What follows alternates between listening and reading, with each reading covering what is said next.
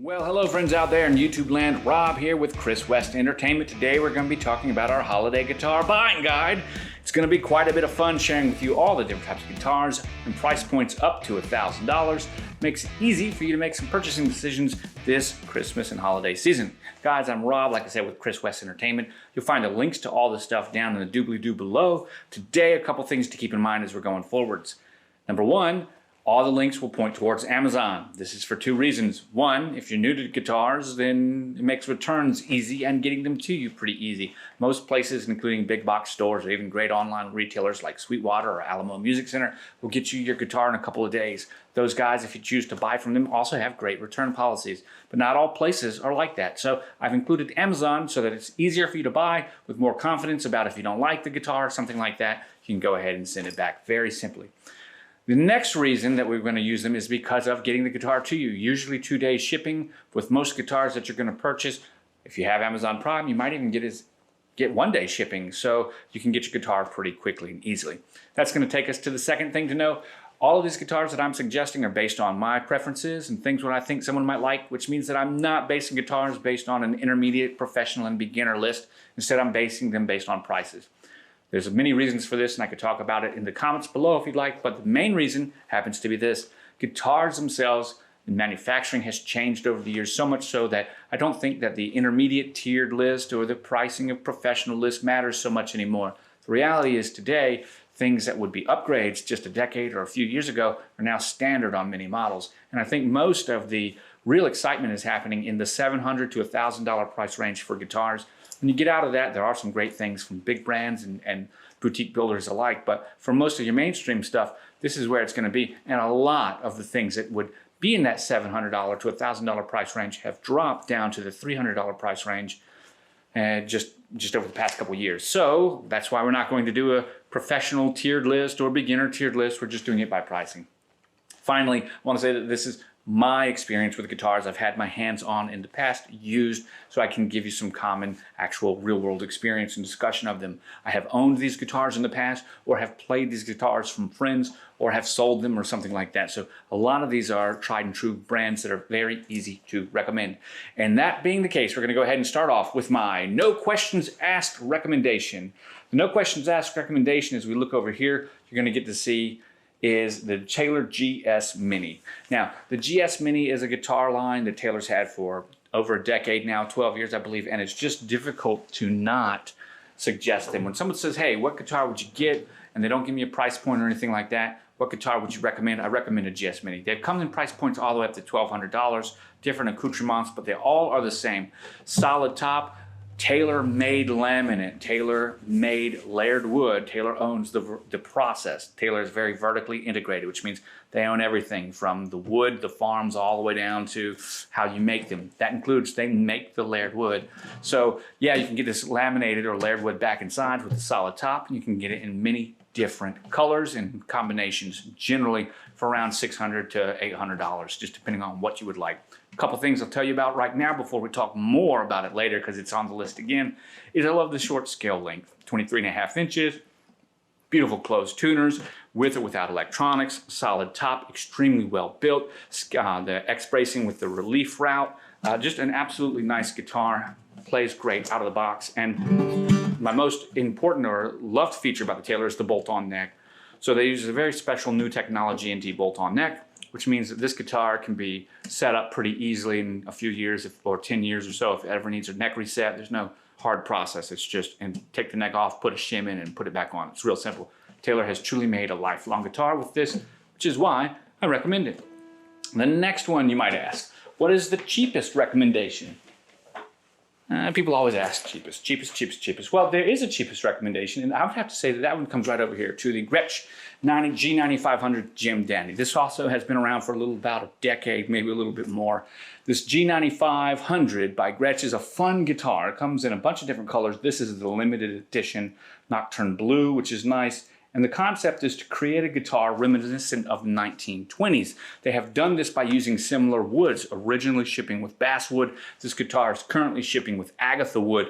It doesn't say if it's all solid, so that leads me to believe that it's a laminated construction, but it's such a great guitar, even at $185 regular price or $165 or $69 on sale. You really can't go wrong.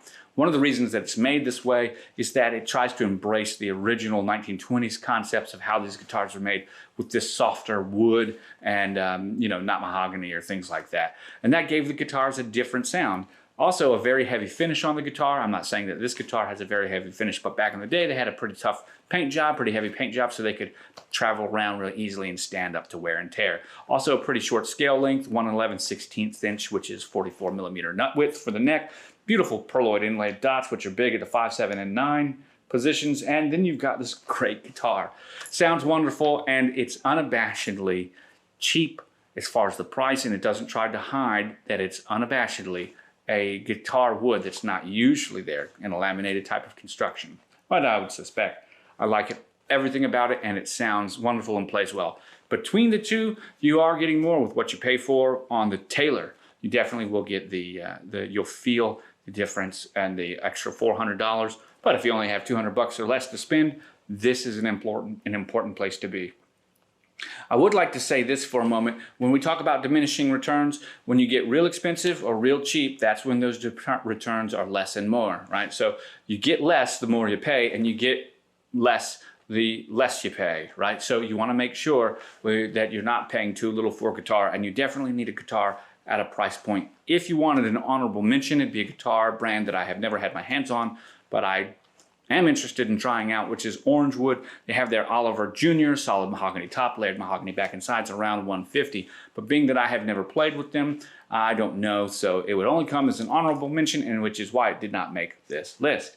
We got to move on right now. We got to talk about something in the $300 category. Now, this $300 category has a couple of guitars in it. Number one is this one that you're seeing right now, the Alvarez Dreadnought Acoustic with the Shadow Edge Burst. This is an Artist Series guitar. Alvarez has several different guitar brands, as you would expect, or series. The Artist Series, solid top, laminated back and sides. We talked about laminated being okay.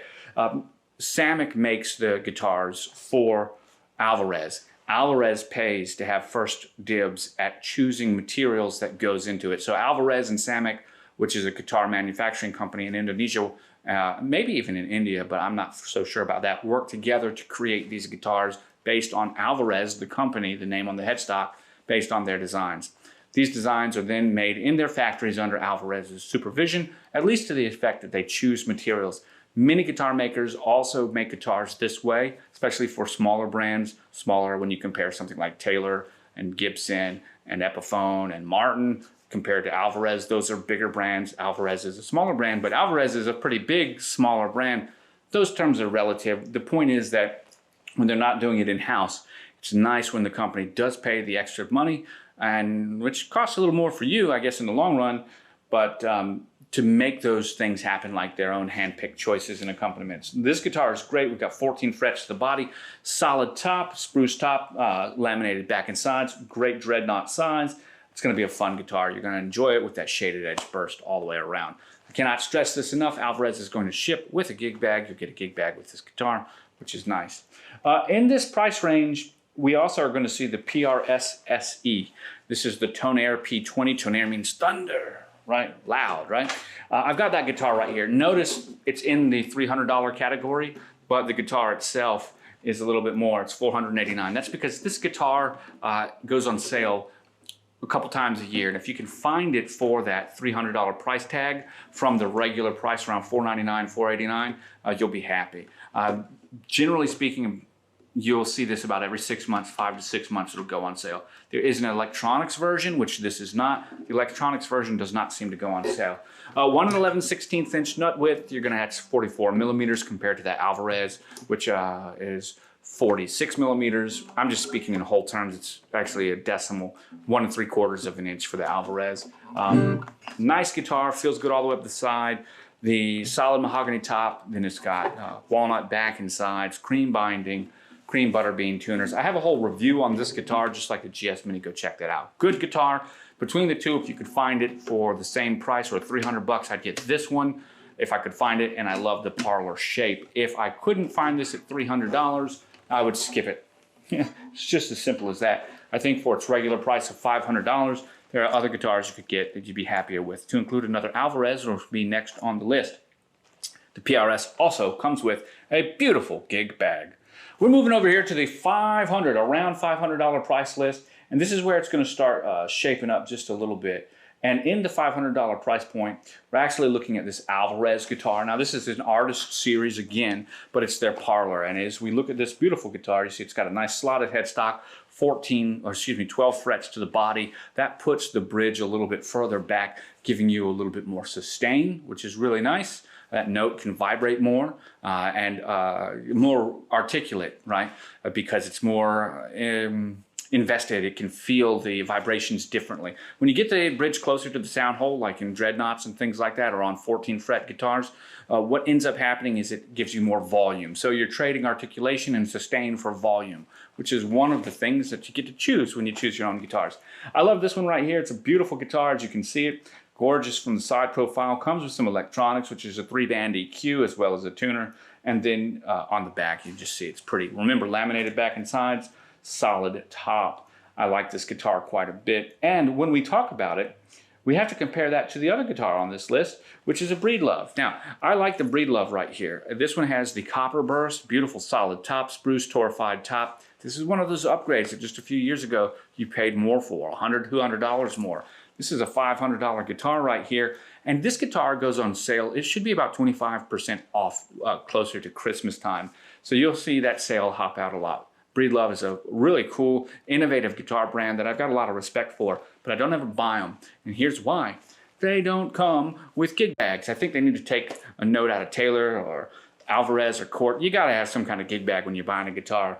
And that might be one of the reasons that these guitars themselves go on sale at such a big discount, because you're going to need to spend at least $50 to get a big gig bag. So get the guitar for around $400, spend $50, get a little gig bag, you can protect it. Beautiful guitar. 1 11/16 nut switch, I think it's 24.5-inch scale, somewhere around there, 14 frets to the body. And I have played this guitar as well in Guitar Center plenty of times. I like it quite a bit.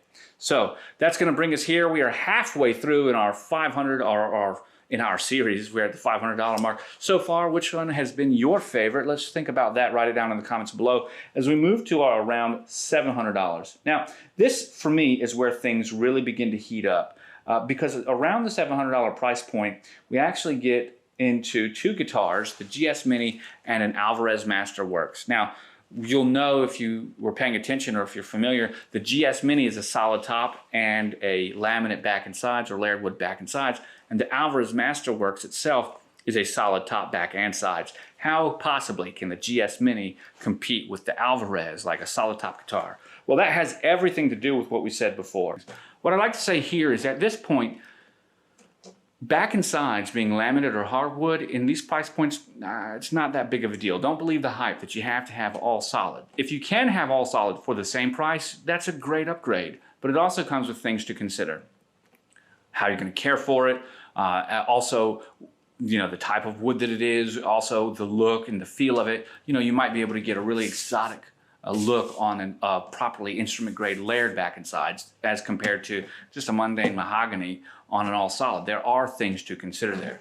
In this instance, the GS Mini comes in many different shapes and sizes. This one I've picked out for us actually happens to be the Koa limited edition for this year, 629 as you can see it. It's really nice there, striking back, beautiful side profile, nice closed back tuners, 16:1 tuning ratio. Beautiful headstock, you can see these tuners right here. And just an all-around good-looking, good-playing guitar. And it is competing directly against this Alvarez that you see, Masterworks Dreadnought Acoustic, all solid. Now this is going to be 14 frets to the body, just like the GS Mini, but it's a longer scale width. It's also a bigger guitar. I've played this guitar as well in a music and art center down the street, and this guitar is loud and vibrato and pretty. It's all mahogany. It's got a mellow, kind of smooth or soft tone. As compared to the GS Mini, which has some bass undertones, but is also a very loud and relatively bright guitar, almost bell-like and jangly in some of its high end. Between the two, it's hard to say which one that I like better. For my money, if I was buying a first guitar, I'd probably get the Taylor because of the ease of use and the more customization and the looks and everything. But that's just me. You could also pick up the Alvarez right here and be very happy. You see, you got a nice headstock. It's got that dreadnought size. It's going to be loud, and you're going to enjoy it. Get a lifetime of playing. Also comes with a gig bag. Lots of fun there. As we continue, we're actually rounding everything out. We're over at the $1,000 mark now, and this is really good. On the $1,000 mark has my #1 guitar on this entire list. There you go. It's an Alvarez Masterworks Parlor Acoustic 66 with electronics shaded edge burst. This guitar right here is awesome. Okay, 12 to the fret, 12 frets to the body, slotted headstock, beautiful Powell abalone purfling all the way around that shaded edge burst. Select cuts of choice mahogany for the top, back, and sides. That's where Alvarez's agreements with Samick and their manufacturer come into play, because they get to go in there. They're very big on the process of how the guitar is made, and they also get to choose. They're very important. They're very integrated into this selection of their woods so that you get a really nice striking wood top. I wish the pictures did it justice. For $829 with electronics, you get a gorgeous guitar that's all solid. If you take off about $100, $125, you can get a guitar without electronics if you want to add your own for around $700 and save some money there as well. And the same thing, the Masterworks part just doesn't have the electronics. Absolutely gorgeous guitar, and it sounds great. Once again, 1 3/4 inch nut width, which of course is 46 millimeters. We're friends. I'm not saying all of the exact dimensions. The decimal is 46 and some change. But of course, topping off the list, the most expensive on our list today, as well as just an absolute classic, the Martin 00010 Road Series with electronics. This guitar right here, gorgeous in mahogany all the way around, understated but beautiful, and has that beautiful Martin sound, that big punchy sound. It's not a dreadnought, this is a 000. It's a little bit smaller. Kind of goes back to that Jim Dandy that we were talking about earlier, although made with just absolutely exceptional craftsmanship and materials. This is a guitar that will, without question, last a lifetime, that you'd enjoy to use and love. Actually, all the guitars on this list, I believe, would last you quite some time. In this particular instance, you're getting that classic Martin sound, which is that big boomy sound compared to the Parlor that we just looked at from Alvarez. You know, there's about a $70 difference between the two, and you'd have to ask yourself which one is the one that you want. I think the looker for me is the Alvarez, but I'm also a sucker for slotted headstock 12 fret guitars. So that's where I go, especially Parlors, but this is, you know, you cannot go wrong with the Martin. If you had any of them in a blind choice contest, you would absolutely love it. So there you go. That's what we've been talking about today.